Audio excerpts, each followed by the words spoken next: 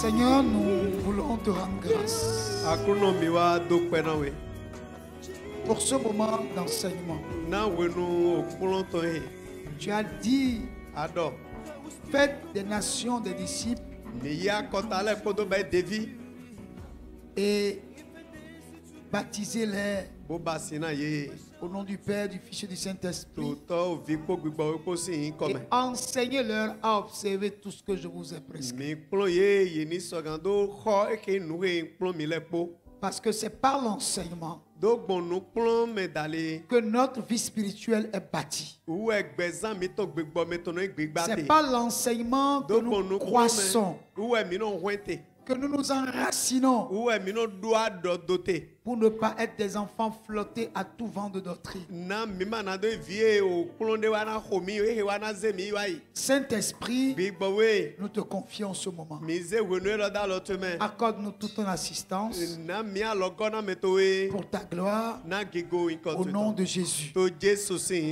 Amen. Que le Seigneur vous bénisse. Alléluia. Nous allons continuer notre enseignement sur les périodes de l'Église. Alléluia. Amen. Et nous étions dans Apocalypse chapitre 1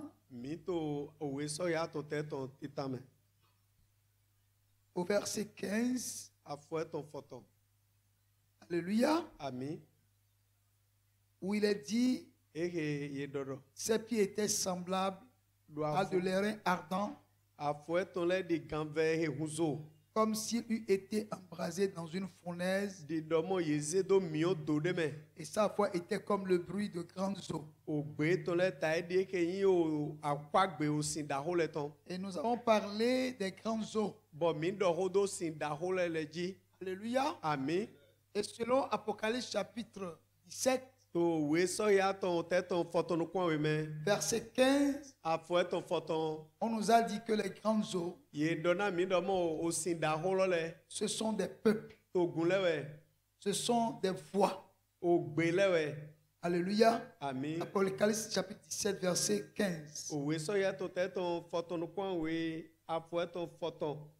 Les eaux que tu as vues, sur lesquelles la prostituée est assise, ce sont des peuples, des foules, des nations et des langues. Nous parlions du jugement de Dieu. Et nous avons compris qu'aucun homme ne pourra échapper au jugement de Dieu. Parce qu'on nous a parlé de sa voix qui est comme le bruit de grandes eaux. On nous a dit que les grandes eaux, ce sont les peuples, ce sont les langues, ce sont des nations. C'est-à-dire que partout dans le monde entier, des voix s'élèvent pour proclamer l'évangile. Des voix s'élèvent pour avertir les hommes que Jésus va revenir. Alléluia. Amen. Donc partout, la Bible a dit que avant qu'il n'arrive, toutes les nations vont entendre parler de l'évangile. Ça veut dire que personne ne dira, je n'en ai pas entendu. Aujourd'hui, à travers les réseaux sociaux, l'évangile est répandu partout. Il y a tout autre d'enseignement. C'est-à-dire, quel que soit l'endroit où tu es, l'Internet te permet aujourd'hui d'écouter l'évangile. Alléluia. C'est-à-dire qu'aucun homme sur terre ne peut rester sans écouter l'évangile. Alléluia. Amen. Pourquoi demain, le jugement de Dieu ne soit pas un jugement partial. Non. Le jugement de Dieu sera impartial. Alléluia. Amen. Et aujourd'hui encore, au travers de vous et au travers de moi, nos familles, nos amis entendent parler de la bonne nouvelle de Jésus. Alléluia. Amen. Donc les gens disent, mais comment Dieu va juger les gens? Mais comment nos tribunaux arrivent-ils à nous juger?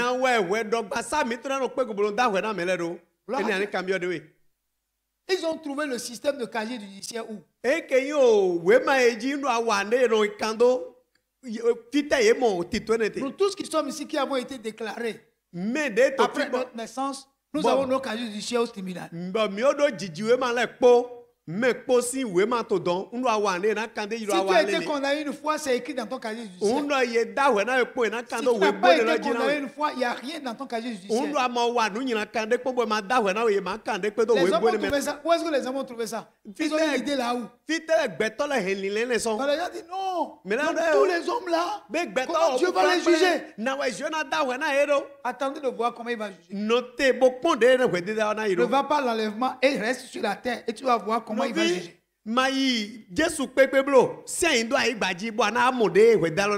Gloire à Dieu. Alléluia. Bien aimé, je vous dis toujours, l'histoire de Jésus revient là, c'est sérieux. Quand on dit que l'enlèvement aura lieu, c'est sérieux. Quand on parle du jugement du trône blanc, c'est rien.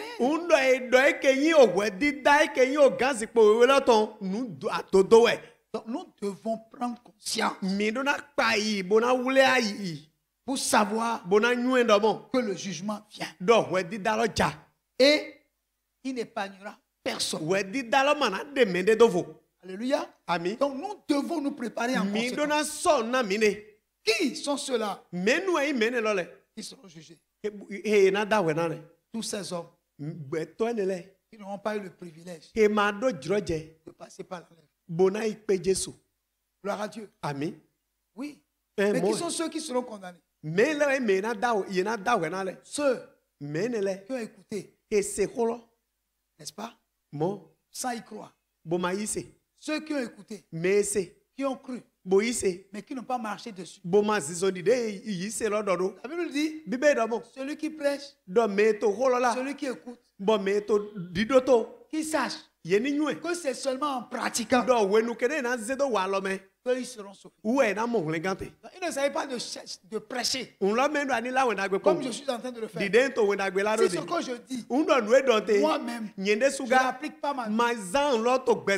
C'est à ma perte. Et la Bible a déclaré que beaucoup d'entre vous ne se lèvent pas pour enseigner parce que les enseignants seront sévèrement jugés. Donc ce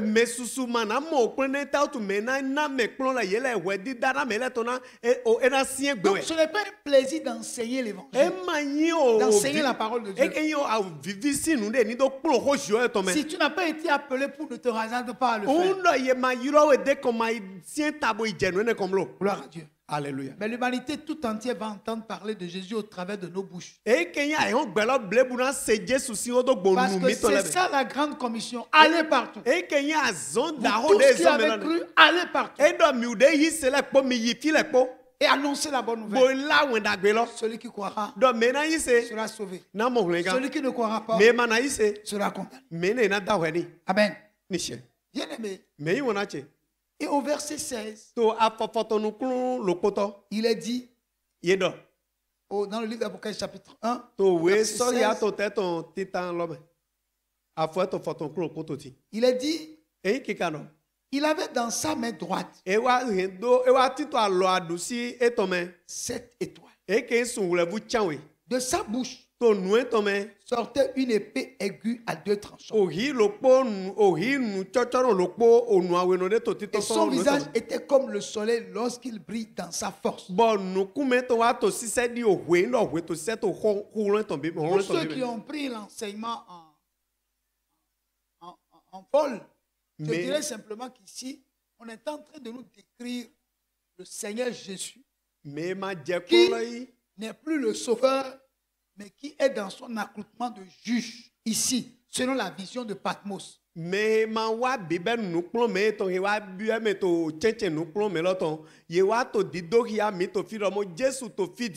e ma voyin owe odekodo metoba owe da na metowe yin tofi di numi monde moto aigba patembo to tonji. Il n'est plus un intercesseur. E ma voyin dekodo metoba. Ici, il a pris sur lui l'accoutrement de juge. O fi to di aweda to sian owedo tofi. C'est pourquoi il n'a plus l'apparence de l'agneau de Dieu qui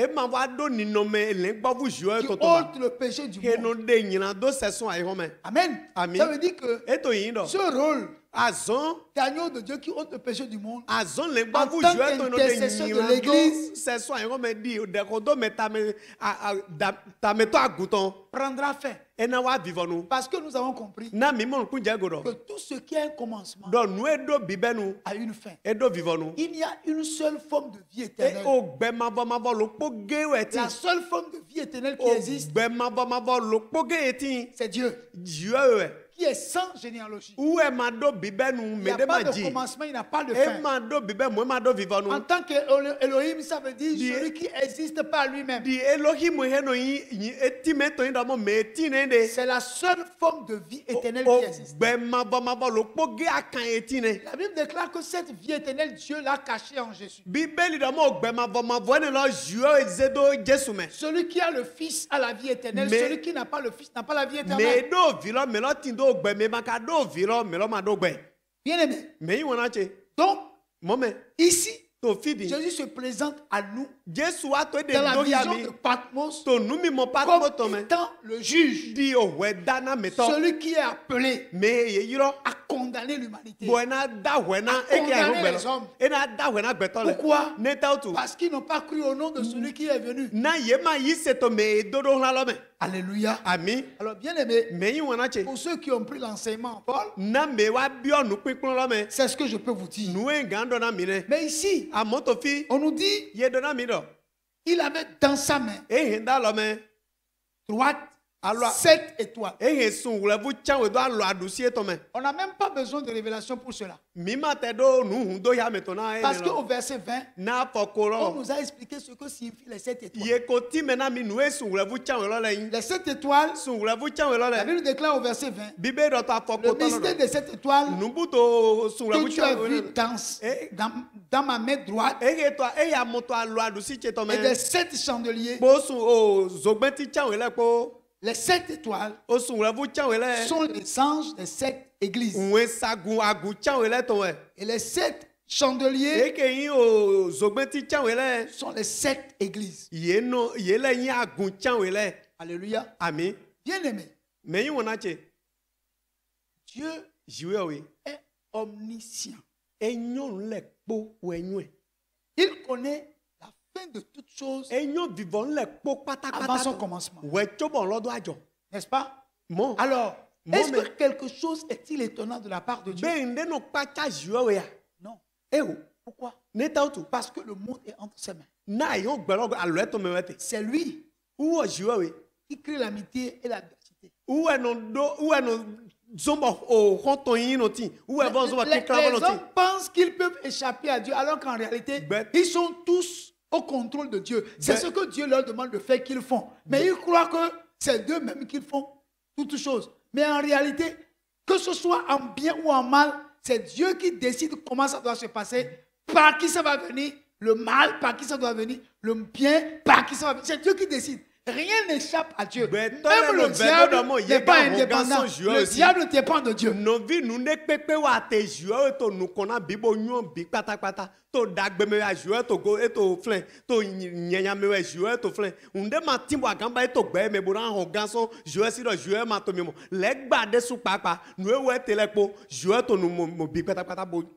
s'il pense qu'il est l'ennemi de Dieu, en réalité, il est l'ennemi de Dieu par la volonté de Dieu. Je vais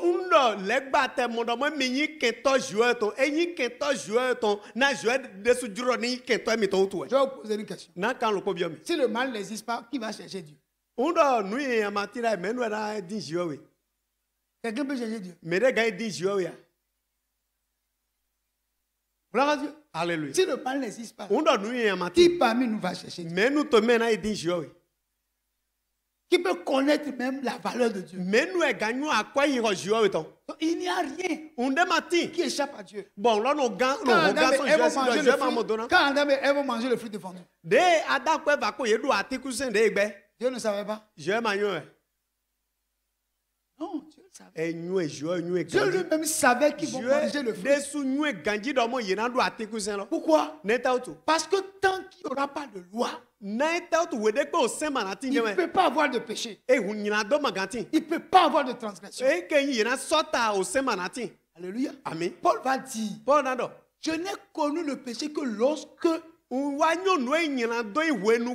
la loi a dit, tu ne feras pas ceci, tu ne feras pas cela.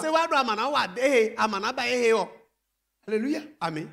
Dieu a dit à Adam, tu mangeras de tous les fruits de l'arbre du jardin. Mais pour celui qui est au milieu du jardin,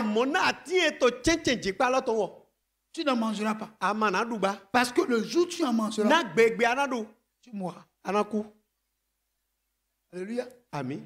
Dieu en disant ça, c'est que quand on met l'interdit devant un homme, sa curiosité, c'est pourquoi on a refusé. Pourquoi il ne veut pas manger?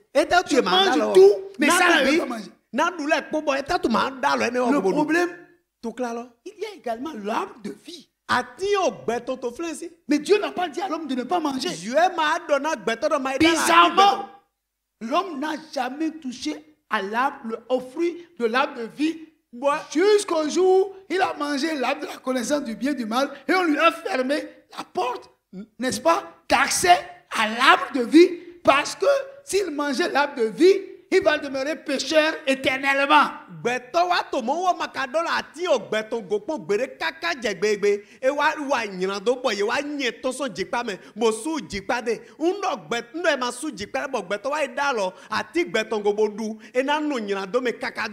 Gloire à Dieu. Alléluia. Je vous donne l'exemple ici d'un homme. Un mendiant.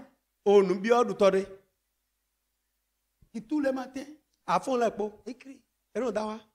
C'est Adam qui m'a mis comme ça. Si Adam n'avait pas péché, je ne serais pas pauvre comme je suis. Et puis les gens lui donnent de l'argent. Un jour, il passait devant toujours la maison d'un homme. Le monsieur le regarde du haut de son étage. Et puis il a regardé, dit, cet homme-là, je vais le récupérer. Et je vais lui donner une leçon. Le monsieur l'a appelé. Il a fait venir sa maison. Il a dit, maintenant là, je vais prendre soin de toi. Dans ma maison, je vais te donner une chambre. Rien ne va te manquer. Habits, déplacement, il n'y a pas de problème. Et le monsieur l'a hébergé. N'est-ce pas? Dans une pièce de 3 chambres. Et il est là. Il mange matin, midi et soir, goûter tout. Il se lave bien, il est propre. Mais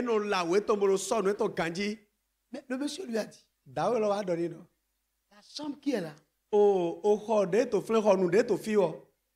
faut pas entrer dedans.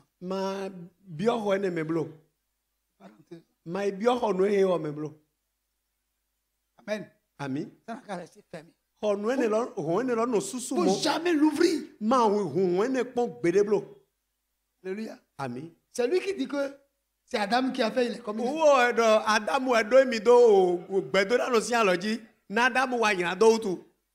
Amen. Amen. Donc il est resté là. Mais tous les matins, le monsieur vient, il ouvre la porte de la chambre et il rentre dedans, il ferme. Et il reste là quelques instants et il reçoit, il ferme. Mais il n'a pas mis la clé dedans.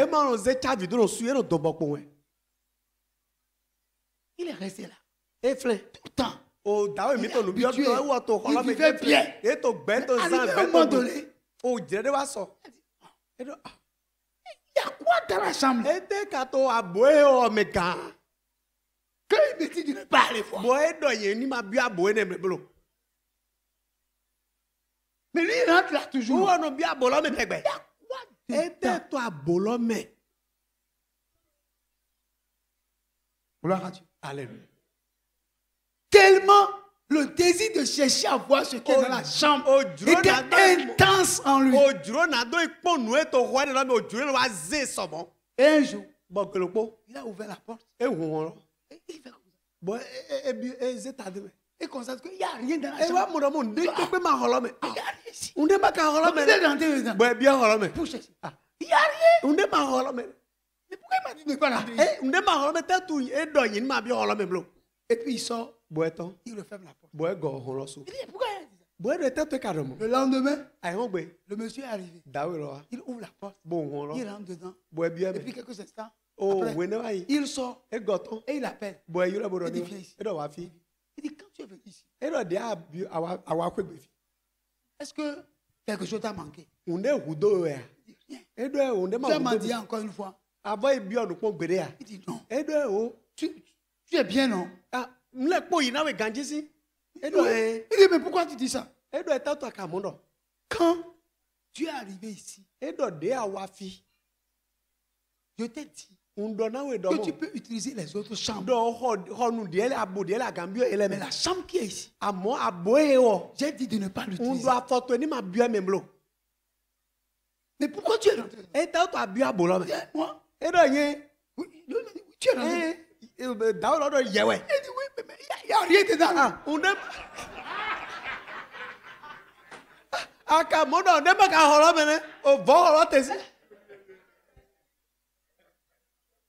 Donc tu es rentré. Il dit oui. Il dit bon. Le monsieur est parti chercher l'habit qu'il portait avant. Le monsieur l'a ramené. Et lui a enlevé tout ce qu'il lui a donné. Il lui a dit de reprendre son habit et de partir. Parce qu'à partir d'aujourd'hui, qu'il n'accuse plus jamais Adam. Que c'est Adam qui a fait. Non. Vous savez ce que le monsieur a mis dans la salle? Il a mis une petite souris. Donc quand il rentre, il fait vite. C'est pour donner à manger. Maintenant, quand lui il a voulu rentrer, il a fait comme ça. Il n'a rien vu. Il est rentré, il a laissé la porte ouverte.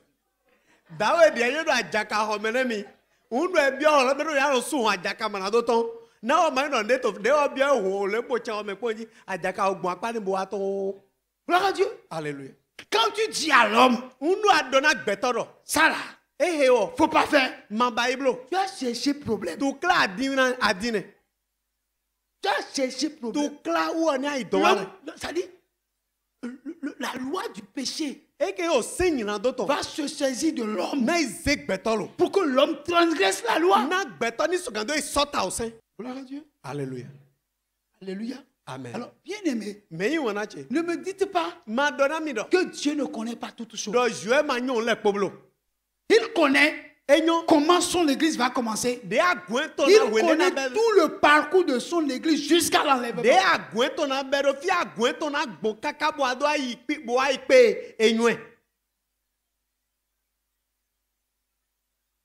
Il dit, les 7 étoiles qui sont dans ma main droite sont les 7 anges des églises.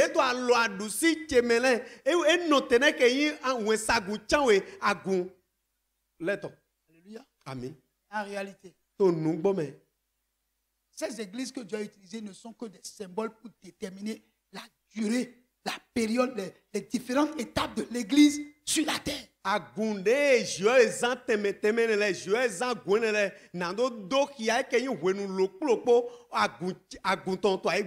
quand vous regardez le parcours de l'église, il fut un temps où l'église a connu un déclin jusqu'à disparaître. Au moment où l'église a disparu plutôt, c'est la période où Rome a pris l'église en otage.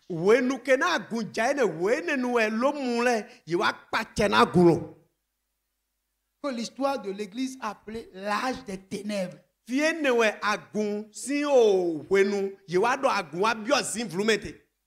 ne veux pas aller dans les détails. Mais le problème, c'est quoi? C'est comme si l'église a été une semence qui est rentrée sous terre, mais qui doit repousser encore. Alléluia. Amen. Bien aimé. Ce que Dieu a semé au commencement, c'est ce qu'il maçonnera à la fin. Parce que nous savons que la réforme de l'Église a commencé par Martin Luther. Donc Martin Luther dit si certains d'entre vous se rappellent, nous avons projeté ici l'histoire de Martin Luther en tant que prêtre moine. Martin Luther si autant dit que c'est lui qui a été le premier des réformistes de l'église. Avant lui, il y avait des messagers. Gloire à Dieu. Alléluia. Des gens comme Paul, des gens comme Irénée. Gloire à Dieu. Alléluia. Nous ne sommes pas à l'école biblique ici pour que je rentre dans les détails. Mais j'ai essayé de dessiner quelque chose. Je ne suis pas un dessinateur. J'ai essayé de dessiner quelque chose sur le tableau sur lequel je vais vous expliquer un certain nombre de choses pour que vous soyez clairs, parce que quand nous serons en train d'avancer, vous puissiez comprendre bien. Il y a beaucoup de personnes parmi nous ici qui mangent le maïs, mais qui ne connaissent rien du maïs. Gloire à Dieu. Alléluia. Pour nous là, surtout en période maintenant, beaucoup de personnes mangent du maïs, comment vous appelez, du maïs frais. Mais on ne connaît pas les différentes étapes du maïs. Mais le maïs qui a été semé au commencement, c'est le maïs qui sera moissonné à la fin. Exactement ce qui a été semé, exactement ce qui doit être moissonné. C'est la même chose pour l'église. L'église qui sera enlevée va être exactement ce que l'église était au commencement. À la Pentecôte.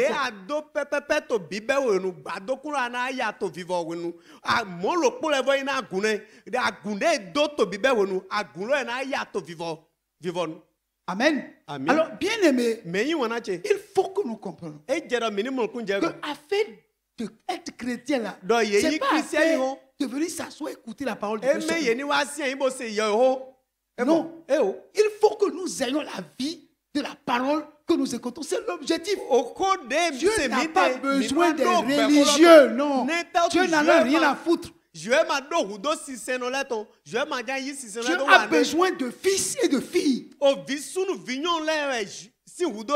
n'a pas besoin de religieux. Je suppose que c'est un champ de maïs. Gloire à Dieu. Vous me suivez bien. Lorsque le maïs est semé, le grain de maïs qui est rentré sur terre pourrit d'abord. Et quand le maïs pourrit, la vie qui est cachée dans le maïs pousse. Gloire à Dieu. Alléluia. Et même la terre qui est sur le maïs ne peut pas empêcher la vie de sortir.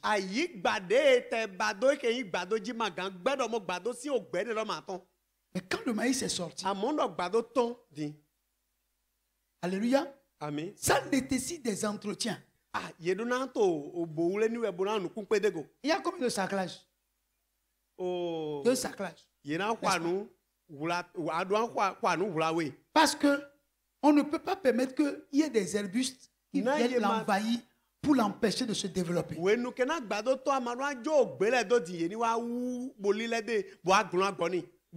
Gloire à Dieu. Amen. Le maïs grandit. Ok? De cette étape, il vient à cette étape. De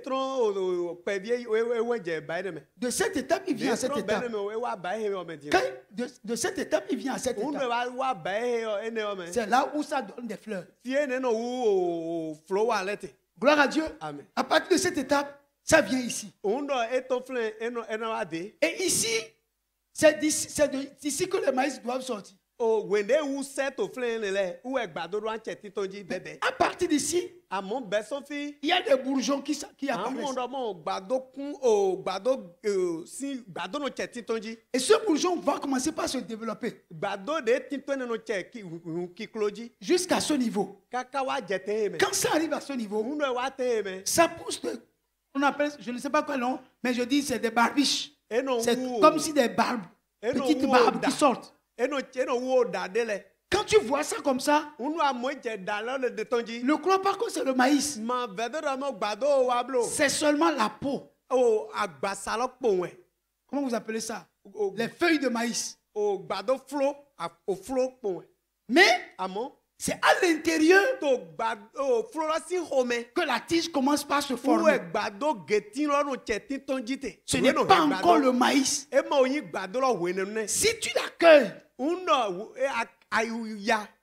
et tu ouvres là, tu ne verras rien dedans. Et l'objectif est que ce qui a été semé ici, à la fin, soit exactement moissonné.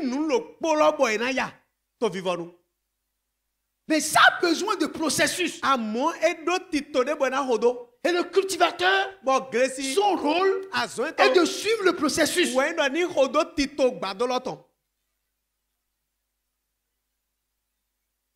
Gloire à Dieu. Alléluia. Arrivé à cette étape, il y a d'abord les barbiches. Et arrivé ici, à l'intérieur, l'épi commence par se former. Il y a une autre étape. Quand l'épi finit de se former, c'est maintenant que les maïs commencent par pousser sur l'épi. Mais c'est des formes de maïs, ce n'est pas encore maïs. Et à une autre étape, on commence par comprendre que ça c'est le maïs et on ouvre. Et puis à l'autre étape, le maïs se forme. Gloire à Dieu. Alléluia. Pendant ce temps, vous allez constater que la fleur qui est en haut ici sèche et tombe. Gloire à Dieu. Alléluia. Les barbiches qui sont ici au début sont verts.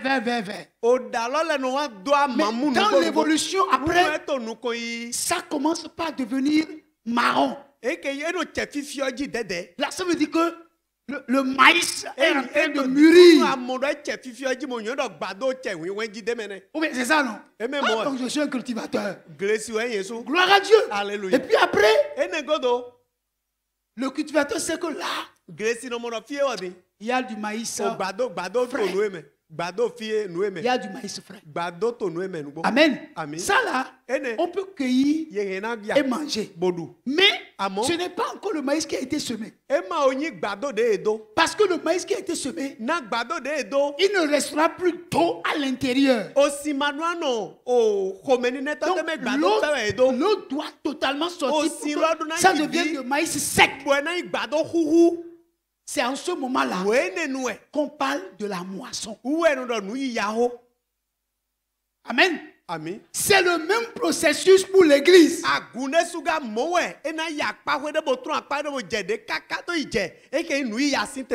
C'est pourquoi on a dit qu'on a semé du blé et l'ennemi est venu semer l'ivraie. On a dit non. Laissez le blé pousser jusqu'au temps de la moisson. Vous comprenez? Donc l'église a des étapes à franchir avant de mûrir pour l'enlèvement. Mais cette différente étape-là ne se peut pas se passer sans des messagers, sans des anges que Dieu envoie. Gloire à Dieu. Alléluia. Pour travailler pour la maturité de l'église. Alléluia. Amen. Bien aimé. Donc Dieu ne dévance pas le temps. Il fait toutes choses bonnes en son temps. Maintenant, lui, il a son calendrier. Si nous ne suivons pas son calendrier, ce n'est pas son problème. Parce que c'est nous qui refusons de suivre son calendrier. Mais lui, il a son calendrier. Et chaque temps de l'église a besoin d'une maturité donnée. Si le temps dans lequel tu es pour l'église, si ta maturité n'est pas conforme à la maturité de l'église,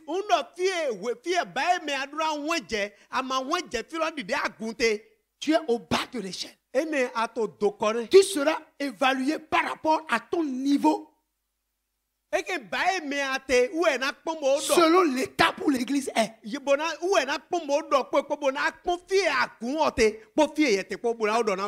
Amen. Amen. Amen. Amen. Donc, mes frères, l'histoire d'église là, c'est pas affaire de religion. C'est une affaire d'expérience personnelle avec Dieu.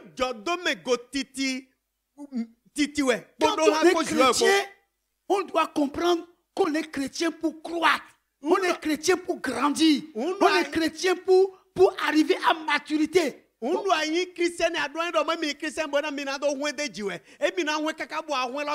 le chrétien, ce n'est pas celui qui se laisse à la distraction. C'est celui qui sait suivre le mouvement du Saint-Esprit.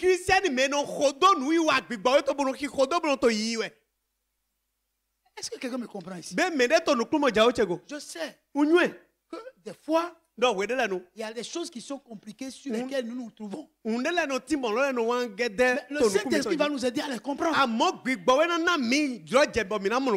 Amen. Amen. C'est-à-dire, tant que nous n'allons pas prendre conscience que être chrétien, c'est rechercher continuellement à ressembler à Christ. Nous allons vivre notre vie n'importe comment dans le désordre, sans aucune crainte de Dieu.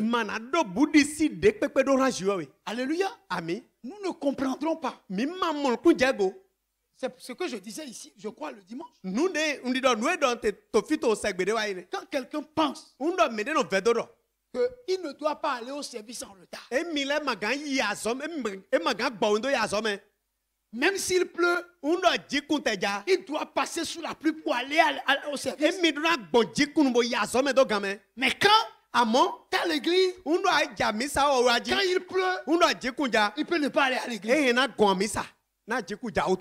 Il y a quelque chose qui ne va pas. Ou bien, il doit attendre que la pluie finisse avant d'aller à l'église. Mais quand pour aller au service, même s'il pleut, il n'attend pas que la pluie cesse.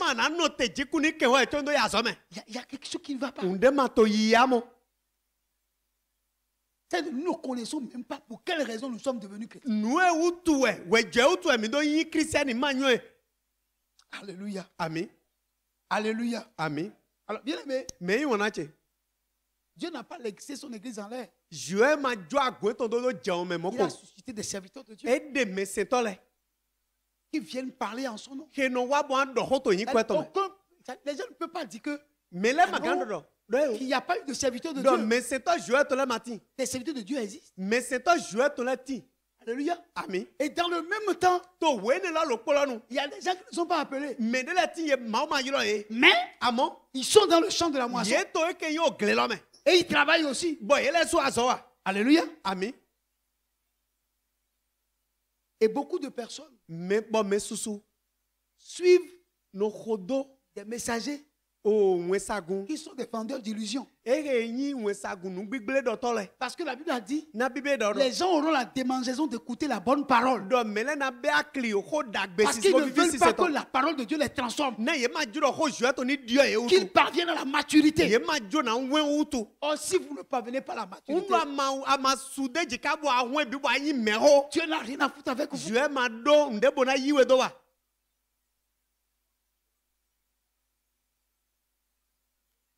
Alléluia. Amen. Alléluia. Amen. Les gens peuvent vivre leur vie comme ils veulent. Amen. Amen. Malgré tout ce qu'on dit. Un chrétien doit se conserver pur. Chrétien doit aller au mariage d'abord avant de connaître le sexe. Un chrétien ne doit pas être corrompu. Bien aimé. 2, il dit ceci. De sa bouche sortait une épée aiguë. À 2 tranchants. Amen. Amen. Alléluia. Amen. Bien aimé. Dans Hébreux 4, 12. On nous parle de l'épée à 2 tranchants. Hébreux 4, 12. Car la parole de Dieu est vivante et efficace, plus tranchante qu'une épée quelconque à 2 tranchants, pénétrante jusqu'à partager âme et esprit, jointure et moelle. Elle juge les sentiments et les pensées du cœur. Alléluia. Amen. Réalité. L'épée à 2 tranchants. C'est la parole de Dieu qui sortait de sa bouche comme une épée à 2 tranchants. Et on nous explique que la parole de Dieu est efficace, vivante, plus tranchante qu'une épée quelconque, pénétrante jusqu'à partager âme et esprit, jointure et moelle. Le rôle de la parole de Dieu, c'est de transformer l'individu qui l'écoute et l'accueille. Vous pouvez écouter la parole sans l'accueillir. Amen. Amen. Donc tu peux écouter sans que ça ne fasse aucun effet sur toi. Parce que tu ne l'as pas accueilli. Tu l'écoutes et tu l'accueilles. Cette parole que tu as écoutée et accueillie fait un travail dans ta vie. C'est pourquoi des fois, vous pouvez être en train d'écouter la parole de Dieu. Vous allez dire, mais pourquoi le pasteur parle de moi? Mais tout ce qu'il dit là, c'est de moi, il parle. Il est allé lui parler de moi. Mais pourquoi il me décrit comme ça? Lui ne te connaît pas. Mais celui qui parle au travers de lui, la parole te connaît. Amen. Amen. Donc, le pasteur peut te parler directement sans savoir qu'il est en train de toucher ton cœur. Il est en train de dire ce que tu as fait de mauvais tout de suite. Et tu vas dire, mais qui lui a parlé? Mais qui lui a parlé de moi?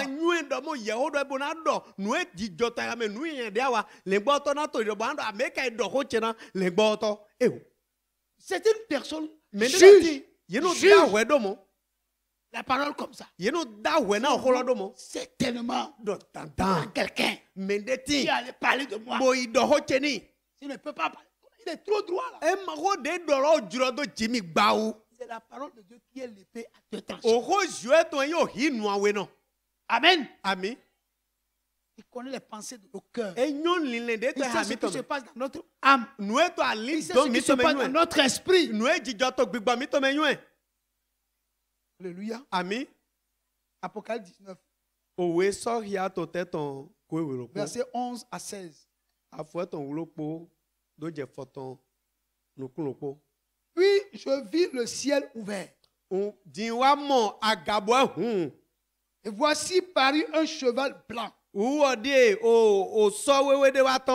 Celui qui le montait s'appelle fidèle et véritable. Et il juge et combat avec justice. Ses yeux étaient comme une flamme de feu. Sur sa tête étaient plusieurs diadèmes. Il avait un nom écrit que personne ne connaît, si ce n'est lui-même. Et il était revêtu d'un vêtement teint de sang. Son nom est la parole de Dieu. Les armées qui sont dans le ciel le suivaient sur des chevaux blancs, revêtus d'un fin lin blanc pur. De sa bouche sortait une épée aiguë pour frapper les nations. Il les pètera avec une verge de fer. Et il fourrera la cuivre du vin de l'ardente colère du Dieu Tout-Puissant. Il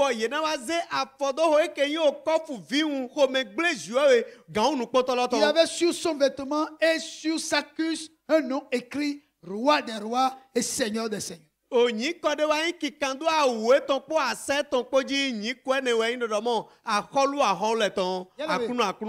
Bien-aimé, quelle raison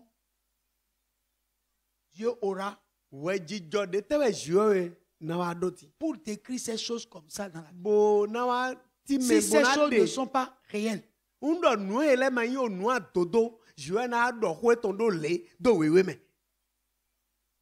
que quelqu'un m'écoute?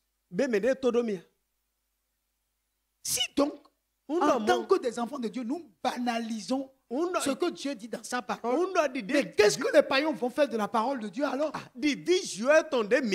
Regardons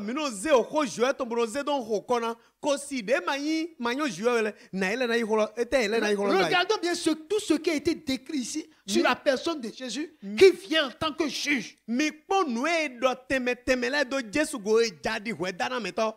Alléluia. Amen. Les gens pensent que ils peuvent faire quelque chose en cachette. Non, nous ne pouvons rien faire en cachette, frère. Tous les secrets seront mis à nu. Alléluia. Amen. Seront mis à nu. Dans Jean chapitre 1 verset 48, d'où me connais-tu? Lui dit Nathanaël. Jésus lui répondit, avant que Philippe t'appelât, quand tu étais sous le figuier, je t'ai vu. Vous savez ce que ça veut dire? Aucun homme ne peut échapper à Dieu. David dit, où irai-je loin de ta face? Alléluia. Amen. Nathanaël était tranquille quelque part. Et son ami Philippe qui a rencontré Jésus est allé le voir. Pour dire Nathanaël, nous avons rencontré Jésus, le Messie dont on nous a parlé. Jésus de Nazareth. Nathanaël dit, Jésus de Nazareth, dans l'histoire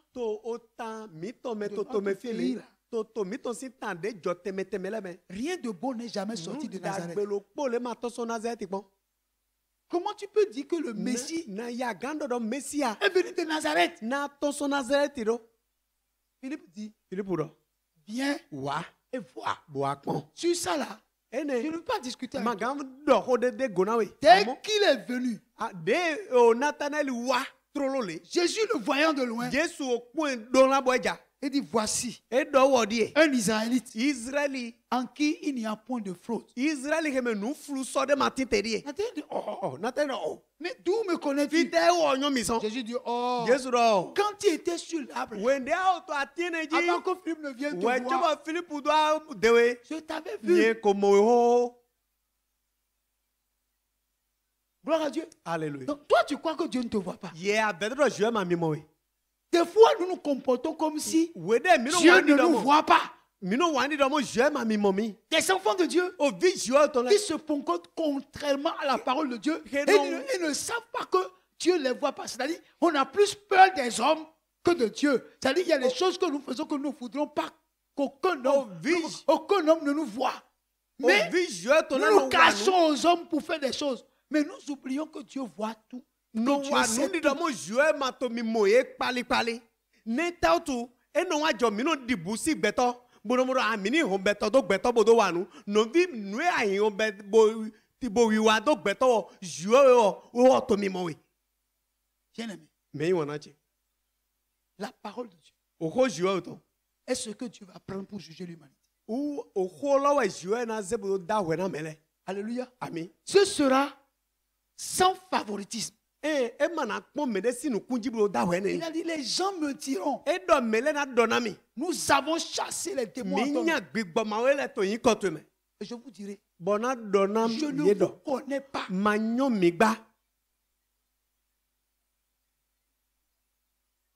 Ce n'est pas qu'ils ont chassé les démons avec la magie. Ils ont chassé les démons au nom de Jésus. Vrai. Je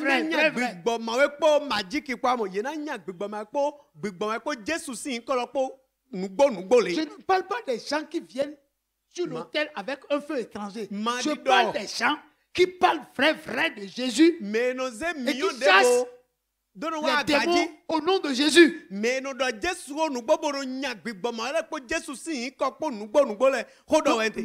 devons pas nous fier au fait que les démons nous sont soumis.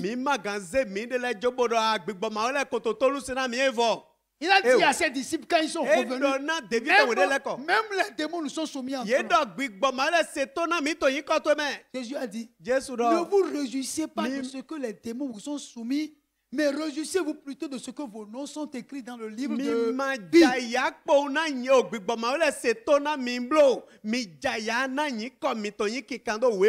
Dieu ne veut pas savoir combien, en tant que pasteur, combien de monde nous avons drainé.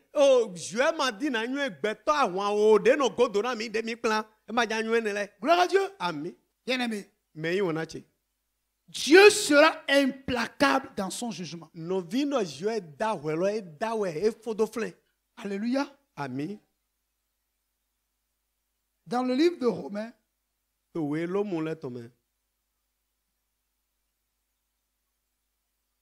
chapitre 2, verset 3.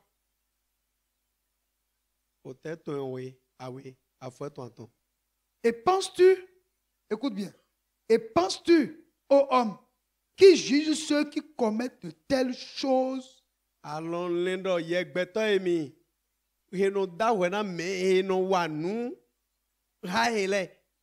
Et qui les fait? Que tu échapperas au jugement de Dieu?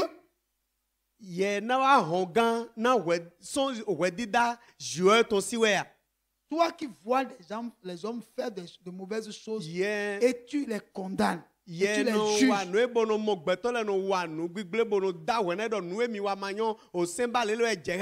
Mais toi-même tu le fais. Mais est-ce que toi tu vas échapper au jugement de Dieu? Bien-aimé, nous devons faire attention et comprendre que être un adorateur de Dieu, c'est poursuivre la sainteté, l'honnêteté, La justice. Parce que toute chose passera. Mais la parole de Dieu va demeurer. Toutes les choses en qui nous pouvons nous confier en dehors de la parole passeront.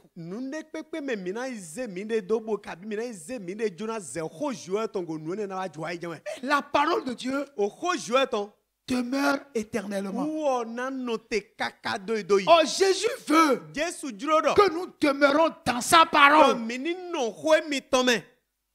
C'est pas ça? Non, la parole ne passera pas. Mais toutes choses passeront. Donc Dieu veut que si nous voulons demeurer, de demeurer dans ce qui va demeurer. Parce que sa parole à lui, d'ailleurs c'est lui-même la parole, il ne passera pas.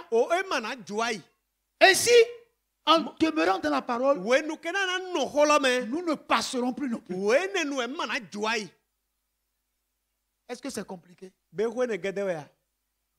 pourquoi nous écoutons et nous ne voulons pas obéir? Maintenant, est-ce que c'est à Dieu que nous faisons du mal? Hein? Mais à qui nous faisons du mal? Mais à nous-mêmes.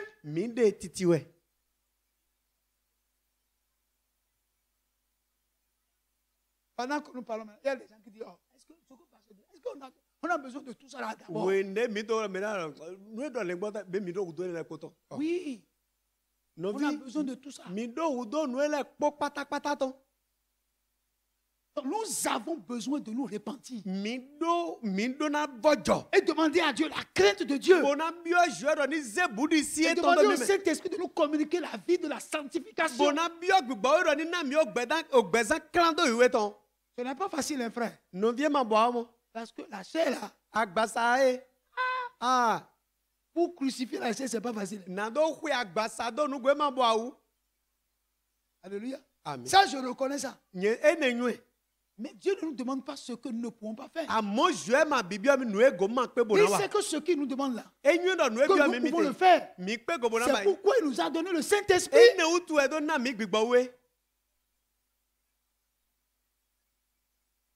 Alléluia. Amen. Ne laissez pas la chair vous tromper. Ne laissez pas quelqu'un vous tromper. Ce que Dieu dit là, c'est ce qu'il va faire exactement. Il y a un jugement qui vient. Mais pour toi, je ne veux pas que tu passes par le jugement. C'est pourquoi je te parle. Pour que tu sois candidat pour l'enlèvement. Que tu sois candidat pour l'enlèvement. Que Dieu soit avec vous.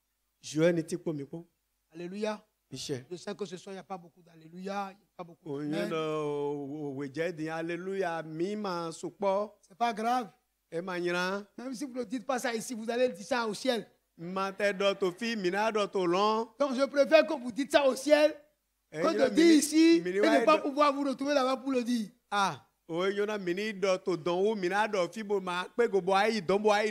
Alléluia. Bien-aimé, il y a chaque étape dans la vie du chrétien. Il y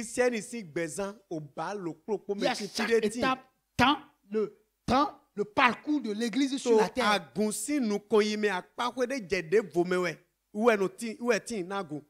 Alléluia. Amen. Dieu vous garde. Et Dieu vous bénisse.